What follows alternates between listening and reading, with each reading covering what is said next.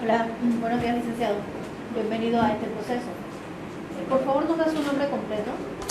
Bueno, Ernesto Cedeño Alvarado. Su número de cédula. 8229-2783. 2783. Muchas gracias. ¿A qué sala aspira? A las dos salas segunda y sala tercera. Como principal, ¿verdad? Como principal. Por favor, sus estudios académicos desde licenciatura. Bien, me gradué de licenciatura en Derecho y Ciencia Política en la Universidad Nacional de Panamá, maestría en Derecho Procesal en la Universidad Latina y doctorado en Derecho en la Universidad Nacional de Rosario. Ya tiene el doctorado. Sí, bueno. Tiene el doctorado. Sí, muchísimas gracias. ¿Qué edad tiene, perdón? 56 años. Aparento más, pero es 56 nada más. Un asunto de la vida. 56 años. ¿Cómo lo trata la vida? ¿Cómo lo trata la vida uno? 56 años. ¿Cuántos años de experiencia globales tiene? Mire, yo de 1988 estoy litigando, estoy hablando de punto de experiencia, entré en el litigio profesional, ingresé hasta ahí, del 88. Si nos dan los años de experiencia, si los tiene globales. 1988. Inició global. ¿Y años de experiencia en el área de la aspira?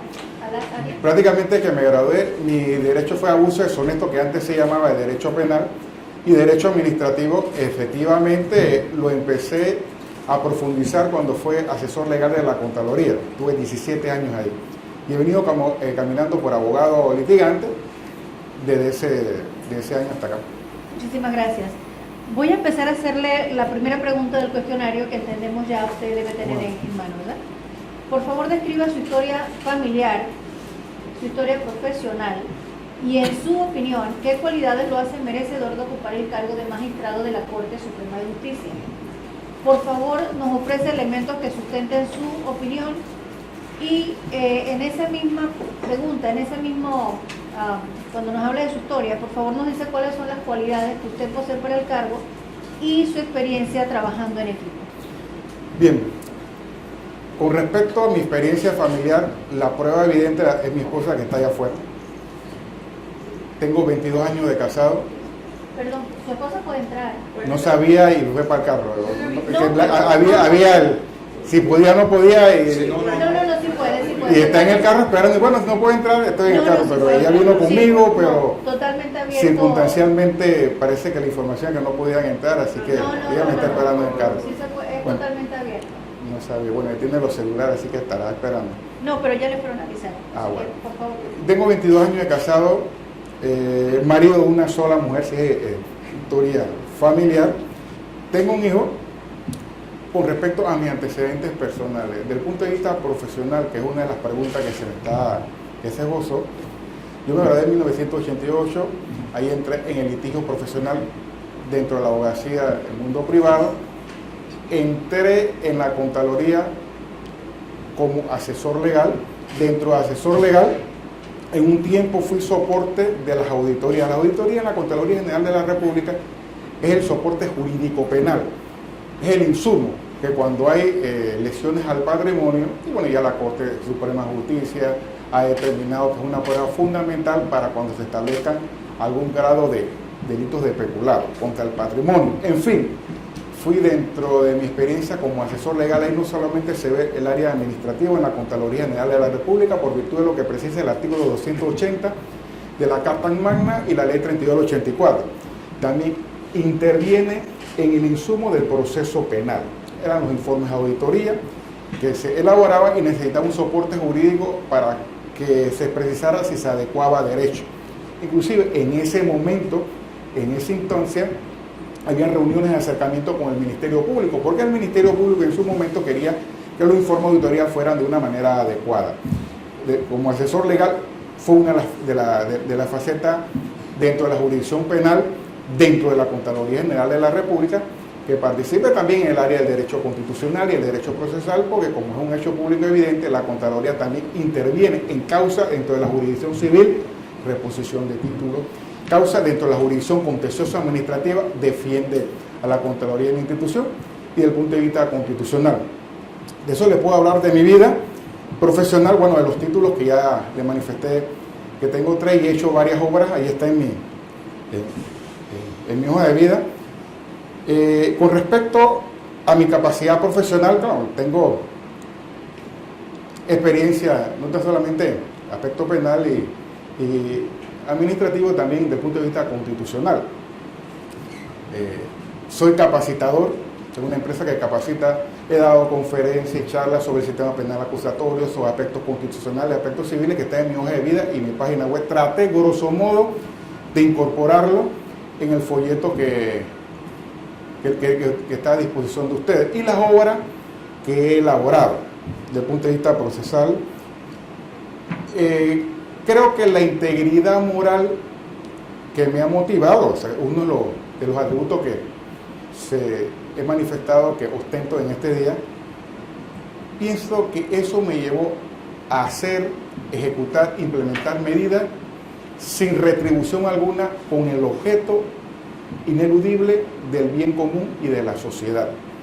Yo creo que son hechos que se ha visto en la trayectoria desde que yo me gradué en 1988. Me acuerdo porque yo creo que el análisis crítico que debe tener un aspirante, un magistrado, se hace evidente inclusive de que me gradué. Yo fui el abogado que demandé la inconstitucionalidad de la nulidad de las elecciones en 1900, por allá, en los tiempos de Endara, donde de repente algunas personas no se atrevían a accionar. Yo pensé que era inconstitucional la nulidad de las elecciones y recién graduado interpuse esa acción. Yo pienso que el aspirante, el magistrado, debe tener la cualidad de un análisis escrito profundo, integridad moral, que tú no tengas objeto para que te cuestionen tu acción. Y me parece a mí que esas deben ser las virtudes, o sea, los mayores criterios de ustedes y del Consejo de Gabinete que cabe asignar, que debe tener un aspirante que aspire a un alto cargo como magistrado de la Corte Suprema de Justicia. Integridad moral, que no debe haber cuestionamiento ni en la opinión pública, porque en mi criterio el operador judicial no debe abstraerse de la realidad social. También la integridad moral, la capacidad, como grosso modo les expliqué, y también podríamos hablar de la madurez que uno tiene dentro del ejercicio de la profesión. Yo pienso que es un rasgo de lo que de una u otra manera debe tener el aspirante, y he procurado desde 1988 hasta ahora mantener una línea de pensamiento, tratar de defender, no de imponer, y así dentro de asesoría legal de la Contraloría, que trabajé en equipo, fui coordinador en un momento determinado de una unidad que tenía abogados a cargo mío, que era el último eslabón de los documentos de afectación fiscal contractuales que iban al despacho del Contralor. Yo estuve a cargo de esa unidad, o sea, que sé lo que es trabajar en equipo. Yo creo que lo importante no es imponer una tesis, una idea, tanto como integrante del equipo como conductor del equipo, sino tratar de vender el proyecto. Yo pienso que lo importante, como docente también que he ejercido, es motivar a las personas que sustenten su teoría. Yo pienso que el magistrado, como el ser viviente, debe aprender a sustentar tu teoría. Y dentro de un equipo, ya sea como participante dentro del equipo, como dirigente del equipo, eso es lo que he procurado hasta el día de hoy. Tratar de presentar una teoría y de defender la misma con mucho respeto, tratando de obviar hasta donde sea posible la imposición. Yo creo que el convencimiento es fundamental, y todo lo que una u otra manera ha hecho alguna obra de investigación, trabajo de investigación, eso es lo que procura. A lo mejor no coincida con alguna de las teorías de ustedes o viceversa, pero lo importante es tratar de defender la teoría. Eso es lo que yo he hecho dentro del equipo, que he liderado algunos equipos, como se les hablé, como parte integral del equipo, tratando de motivar. Si yo veo una percepción, si veo que es un camino desacertado bajo mi óptica, tratar de convencer para que uno se ubique en el derrotero correcto. Y creo que en la medida que me han aclarado conceptos, yo no tengo ningún tipo de inconveniente en tratar de ajustar a los correctos si me advierten algo desfasado dentro del planteamiento, que ese es el objeto de un trabajo en equipo. Yo pienso que en equipo se trabaja y se obtiene muchos logros el trabajo en equipo, pero uno debe ser proactivo, no debe ser avalador, uno debe plantear su teoría, tratar de ilustrar, de educar, y sobre todo que el producto de la investigación sea contundente, que se ajuste a los procedimientos legales establecidos y a los principios generales que corresponden. Muchísimas gracias. El representante de la Defensoría. Buenos días, doctor. Un gusto de verlo y un placer tenerlo acá. Gracias. Vamos a agotar un par de preguntas del cuestionario ya previamente anticipado usted. ¿Ha sido usted investigado por alguna causa penal? Y si fuese así, ¿cuál fue el resultado? No he sido investigado, ni procesado ni condenado. ¿Ha sido usted denunciado o investigado por faltas a la ética ante el Tribunal de Honor del Colegio Nacional de Abogados o ante el órgano judicial, Ministerio Público o alguna instancia administrativa? No.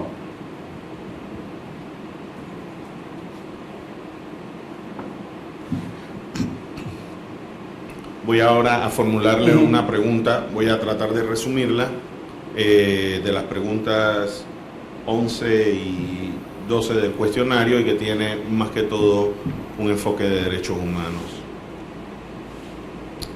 De llegar a la magistratura y entendiendo que la procura de los derechos humanos es columna vertebral de cualquier sistema democrático, ¿cuál sería su visión del papel de un magistrado frente a los estándares internacionales en materia de justicia desde la perspectiva de los derechos humanos y tomando en cuenta el control de convencionalidad?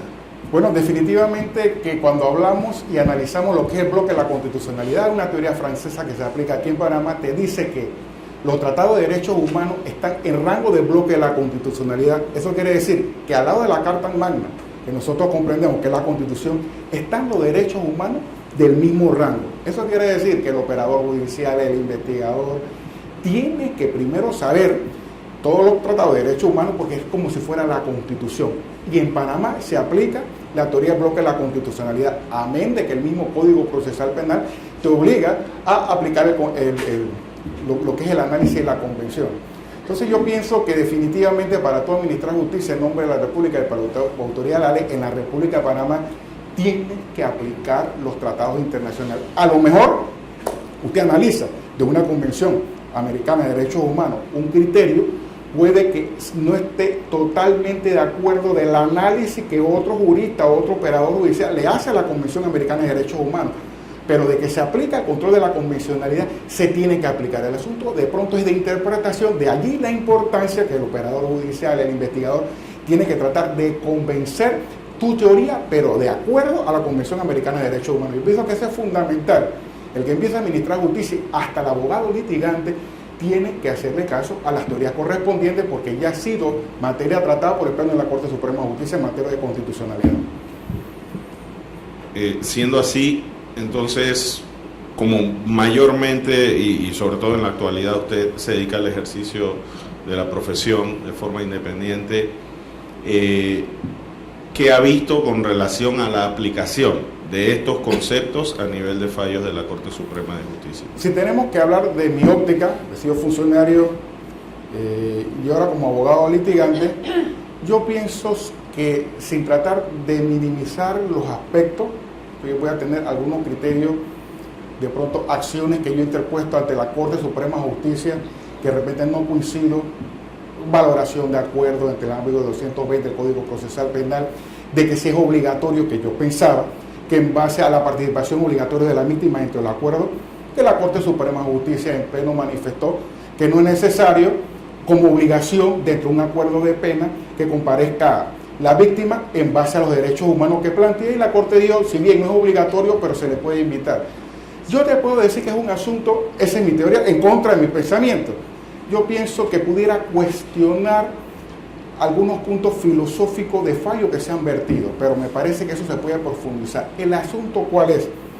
Apreciado comisionado, que a veces el operador judicial se abstrae, a mi juicio, de uno de los pensamientos que es el juez en la función social. Hay un principio de interpretación judicial constitucional que se llama el principio de prudencia, que te dice, ya lo ha determinado la Corte Suprema de Justicia, que el juez no puede abstraerse de la consecuencia que va a emitir en la sociedad su opinión, su fallo. Y me parece a mí que de repente, en el día de hoy, no ha habido como esa unidad de pensamiento que debe tener el magistrado de la Corte Suprema de Justicia de acuerdo a los derechos humanos. Y te planteo, si estamos hablando de derechos de la víctima, yo no logro comprender cómo los magistrados de la Corte Suprema de Justicia no debaten al punto de derecho unitario en cuanto cómo se debe, para beneficio de la víctima, atender, si estamos hablando del punto de vista procesal penal, si es adecuado o no establecer un estándar, por ejemplo, en aspecto de la imputación de cargos, de acuerdo al artículo 220 del Código Procesal Penal, que hay una norma general que te dice a ti que tú para imputar cargos tienes que tener una audiencia. ¿Cómo es que no se pudo la Corte, en base a la defensa del derecho humano, vamos a ponernos de acuerdo con una tesis unitaria? Y no que la imputación sea por una admisión en una causa, de un proceso, y ya se entiende imputado los cargos a un individuo, pero en otros asuntos aplicamos la norma general que te dice el artículo 220 del Código Procesal Penal. Pienso yo que es deber de los magistrados, en base a la defensa de los derechos humanos, aplicar conceptos unitarios, y para eso se requiere docencia, para eso se requiere conversación, que los plenos sean plenos educativos. Para respetar los derechos humanos y que no haya mala interpretación, y el operador judicial no debe abstraerse de los medios de comunicación ni de la sociedad, ponernos de acuerdo para que no haya tergiversación de que se está violando los derechos humanos de un ser viviente. Vamos a ponernos de acuerdo qué hacer en cuanto a análisis de una norma jurídica. Entonces, eso es lo que yo le podría decir a usted. Como yo lo veo, ahora como abogado litigante, que de repente se ha omitido esa docencia, esa lección, esa capacitación y ponerse de acuerdo, a mí me parece que es fundamental. Pero para que eso se dé, se requiere capacidad de convencimiento, conocimiento, y eso es lo que ahorita mismo yo veo que está adoleciendo en una parte de la Corte Suprema de Justicia, con mucho respeto a mi opinión.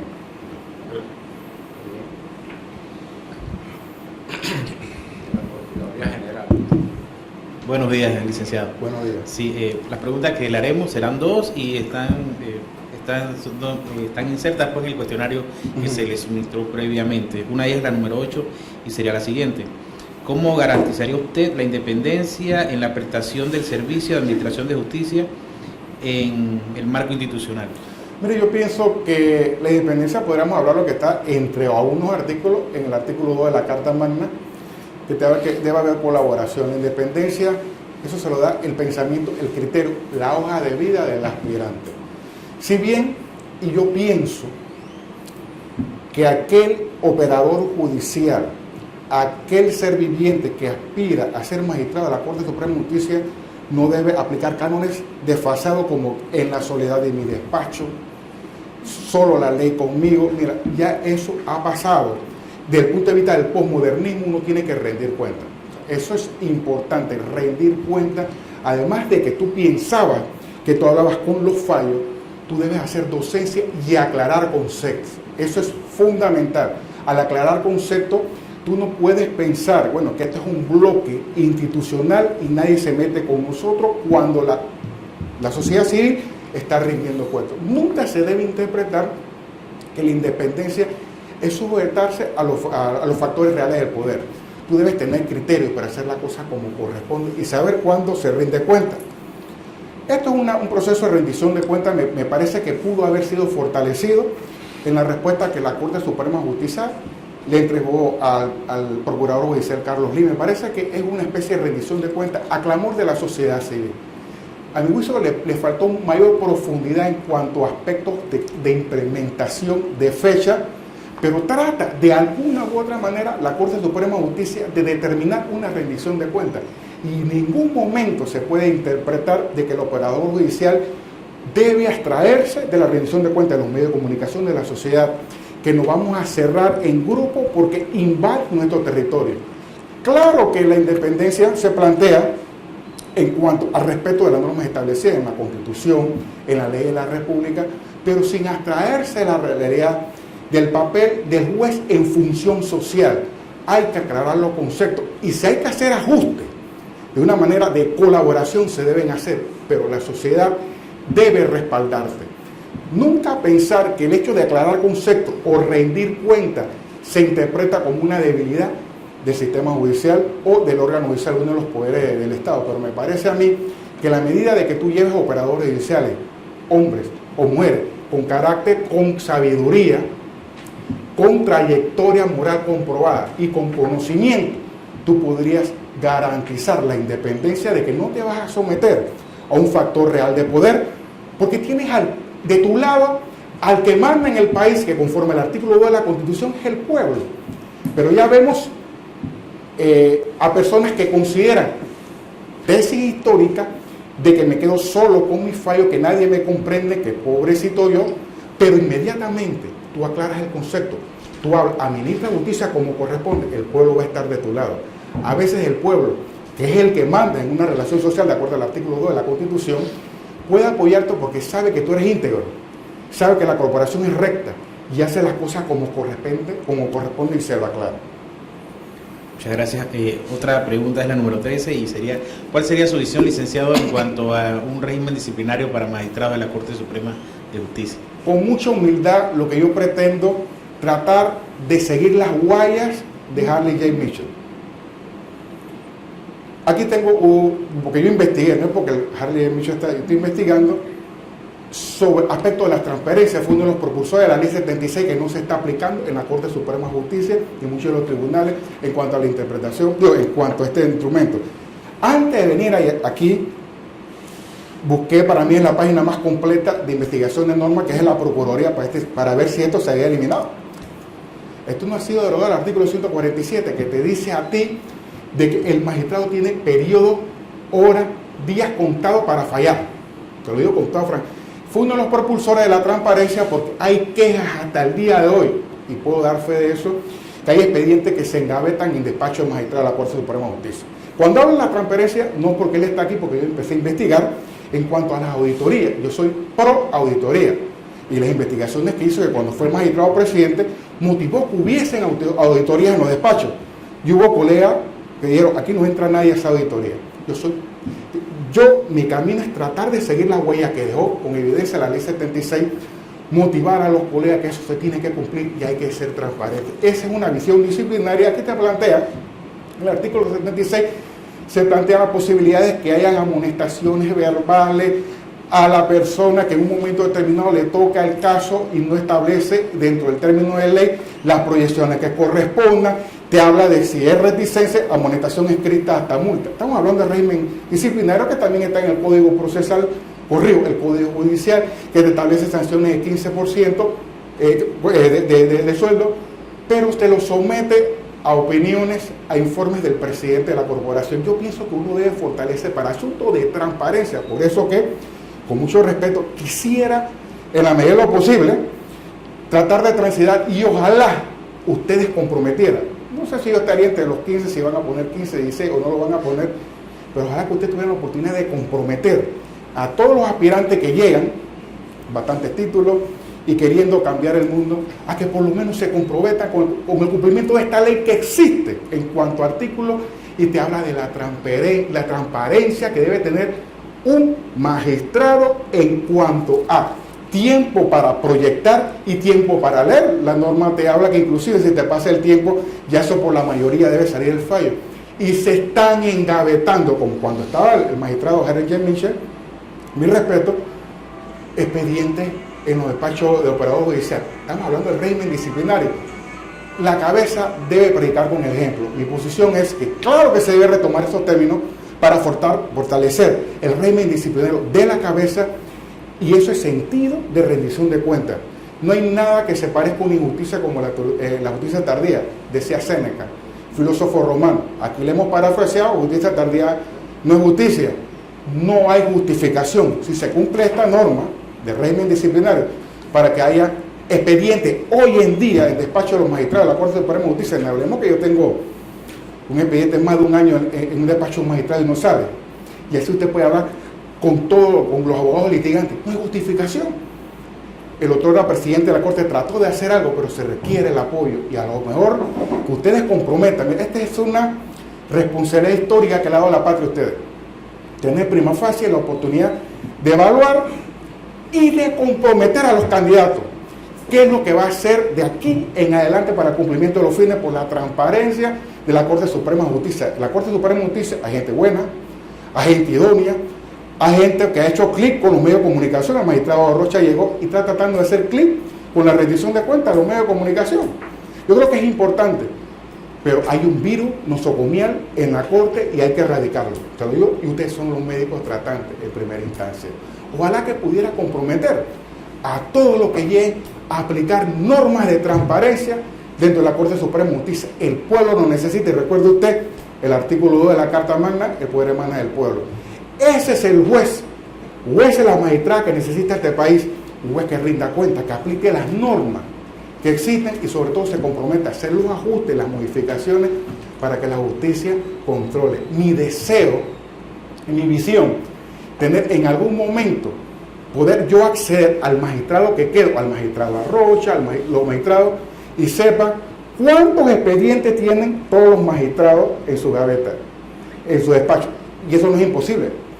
Como asesor legal de la Contraloría descubrí que había un sistema, otro Cico, Ogaño, hoy Scafit, que te dice, desde que yo recepcionaba, o la secretaria recepcionaba un documento, aparece un sistema, cuántos expedientes tenía Ernesto Señor Bravo, cuántos expedientes y cuánto el tiempo que me demoró a mí tramitarlo y cuándo salían de mi despacho. Yo aspiro a esa transparencia, de que tú puedas acceder sin establecer generalidad del caso, sino por número, cuántos documentos tienen cada uno de los magistrados. Es un hecho público y notorio que hubo un magistrado que engavetaba los expedientes y fue sentenciado penalmente por un acuerdo de pena. Y fue otro era magistrado de la Corte Suprema de Justicia y presidente de la misma. ¿Cómo se puede mitigar eso con la fiscalización ciudadana a través del sistema de transparencia? Ojalá usted pudiera comprometer, no sé a quiénes van a escoger, ni cuántos van a estar en la lista cerradas, abiertas, que usted o no van a hacer, pero esto es muy importante que lea la historia. Este órgano de justicia debe robustecerse con 3 personas que van a llegar. Pueden ser 3 mujeres, 3 hombres o ambos, pero necesita de la transparencia, que el pueblo sepa si se están engavetando los expedientes en un magistrado. Entonces usted, ¿por qué está engavetando? ¿Qué es lo que usted busca? Llevamos la historia, cómo uno engavetaba los expedientes de un magistrado y ya sabemos las consecuencias. Y los magistrados no deben sentirse afectados por la fiscalización. No, esa debe ser la función social. Y ojalá que los que queden y que usted los compromete, fortalezca la transparencia. Muchas gracias, licenciado. Buenos días, licenciado Cedeño. Primero, no sé por qué ya dejó de escribir. Aquí estoy viendo en el currículum de 2013 fue la última obra. No, eso lo vemos después. 2018. Ah, es que no tiene el año, ¿no? La última. No, la jurisprudencia administrativa, creo que fue en 2018. La estoy regalando. Ah, bueno. Me cuesta venderla por la fila que tengo que. Si yo la regalo a la que van a mi capacitación de 2018. Ah, qué bueno, lo felicito. Ya se ha puesto un billete, es como $5,000. Eso es. Y yo soy el patrocinador, así que. Pero está bien, está bien. Está bueno que la gente vaya escribiendo. ¿Considera usted que el Servicio de Administración de Justicia necesita ser transformado? Denos su visión de eso. Definitivamente que requiere ser falla en lo que es la rendición de cuentas. Por supuesto que yo pienso que así como esta iniciativa que fue la Asamblea Nacional de Diputados, por supuesto que deben haber otro tipo de iniciativas y debe ser transformado con la voluntad. Miren, cuando la sociedad civil planteó la posibilidad de que la cabeza implementara de una manera real y efectiva los concursos de mérito y que la respuesta lógicamente no fue acorde a la petición, que no sé yo cuánto era, porque ahorita mismo los que están interim en el SPA, por supuesto que se puede abrir concurso, pero esta respuesta no nos la dieron evidentemente como sociedad. Y claro que hay que tener primero voluntad, cumplir en pro de la implementación de la carrera judicial. Ojalá algún día veamos, antes que yo parta con Dios, la jurisdicción de integridad y transparencia. Ojalá la vea funcionando con los jueces y los magistrados que establece en la ley 53, ojalá lo vieran, porque hay excusa y excusa. Y lo primero que hay que hacer, apreciada Marisa, es tener la voluntad de hacer cambiar las cosas, de poner fecha de caducidad a la implementación. Si es un asunto de recursos que no se dice exactamente en la respuesta cuánto es el recurso, para hacer clic con la sociedad, cuánto te falta, tener la voluntad con lo que tenemos, y ahorita mismo están a libre nombramiento y remoción, como en el Ministerio Público pasa lo mismo, en el órgano judicial la misma faceta, establecerle fecha de caducidad para la implementación, por lo menos con el dinero que tenemos, para respetar inclusive a la comunidad, darle operadores judiciales con la independencia adecuada, y también para hacer justicia social a esos trabajadores de la ley. Por supuesto que hay que cambiar primero con voluntad de hacer las cosas bien adecuadamente.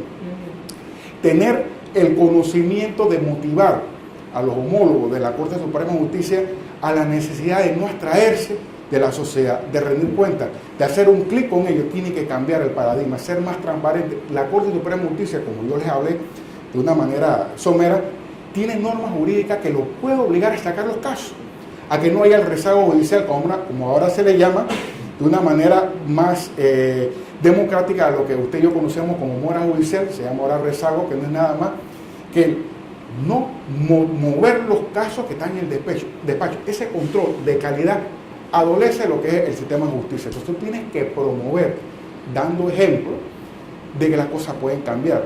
Pondero al magistrado Arrocha, que ha tratado de compensarse con los medios de comunicación. Lo vemos aclarando, dando mensajes, tratando de rendir cuenta. Tú tienes que ubicar a tus homólogos, a dar ese punto de transparente, a modificar normas en la República, inclusive de esta ley 76, tratar de modificar, inclusive incluyendo multa para los operadores judiciales que se quedan con los expedientes. Hay casos, y no les miento, en la realidad les puedo dar mejores expedientes, que se quedan en los despachos. Y la lectura, si tú no haces la transformación, la lectura no es adecuada, que estuviera como politizando la justicia, y es incorrecto. Grosso modo, verbigracia. En un buen fallo, la Corte Suprema de Justicia en pleno declaró que no es inconstitucional que se hagan las auditorías por parte de la Contraloría en la Asamblea. Ya habían precedentes, que la Corte en acciones me lo había dicho a mí, pero que resulta se pidió una aclaración. Este es el día y no sale la aclaración de sentencia, que jurídicamente no procede, sino va al término procesal, que la aclaración es para aspectos oscuros. ¿Y cuál es la lectura? A lo mejor desacertada, porque se engavetan los expedientes en los despachos. De repente pueden estar esperando que salga el Contralor Viejo para aclarar la sentencia. Esa es la lectura del ciudadano, por falta de motivación, de transparencia y de fiscalización de los casos en los despachos. Eso no debe pasar. Y le podría hablar de muchos otros casos. Claro que la cabeza tiene que cambiar. Hay que oxigenarla. Yo creo, y es uno de los compromisos que yo haría, es no convertirme en Dios. Mira, yo pienso que el sistema de justicia o el candidato no debe donar $100 de gasolina, como leí que algunos están donando 2, que no quieren conductores. Mira, cualquiera le puede decir que de ahora en adelante se va el metrobús. Eso no resuelve la justicia. El sistema de justicia se resuelve con voluntad y determinación de hacer cambiar las cosas. Eso es lo que le falta de pronto al operador judicial, esa inyección, esa motivación. Y para eso, a mi juicio, es fundamental las 3 personas que van a tratar que pueden cambiar la cara de imagen y que pueden motivar a sus homólogos a hacer las cosas de cara como el pueblo lo quiere. No es que te estés sometiendo al pueblo en cuanto a eliminación de conceptos, sino que estás cumpliendo tu función del juez como función social, como papel social. Ok, usted ahorita está en la parte de afuera, no es funcionario judicial. ¿Qué haría usted si es nombrado, designado magistrado de la Corte, si la percepción ciudadana cuestiona su actuación en el desempeño del cargo, de forma que afecte la credibilidad del órgano judicial? Mira, yo pienso, te lo digo con toda franqueza, si la ciudadanía no comparte tu criterio, el deber del operador judicial es aclararse. No estamos hablando de acto de corrupción, porque en otro país renuncian. Aquí el verbo renunciar no se conjuga en la República de Panamá hasta ahora. Lo que yo pienso que es un deber del funcionario aclarar los conceptos a la ciudadanía. Salir, solamente escuchamos al fiscal de una causa hablando, abogados litigantes o algunos miembros de la sociedad. Yo pienso que cuando son fallos debidamente firmes y ejecutoriados, yo creo que es una función del juez de aclarar. Yo he visto jueces que aclaran conceptos a los medios de comunicación, hasta comunicados he leído de magistrados.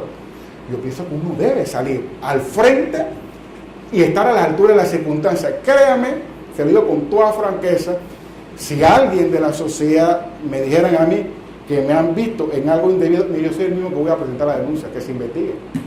Esto se tiene que aclarar. Es importante el buen nombre. Y el magistrado no debe escudarse en los homólogos, en la estructura. Debe dar la cara. La percepción es fundamental en la ciudadanía, porque comprenderá si va a haber certeza del castigo o no, o va a haber justicia selectiva o no. tiene que ver mucho con la parte, el aspecto silente, a veces el operador judicial, pudiendo aclarar sin invadir la reserva del sumario, ya con decisiones tomadas debidamente ejecutoriadas, y donde ya tú no vas a ser el factor de relevancia entre este proceso que ya culminó y las acciones irán a otro lugar, pero tú debes aclararlo. Yo pienso que eso es lo que está ahorita mismo fallando, bajo mi óptica, en algunos operadores judiciales. Gracias.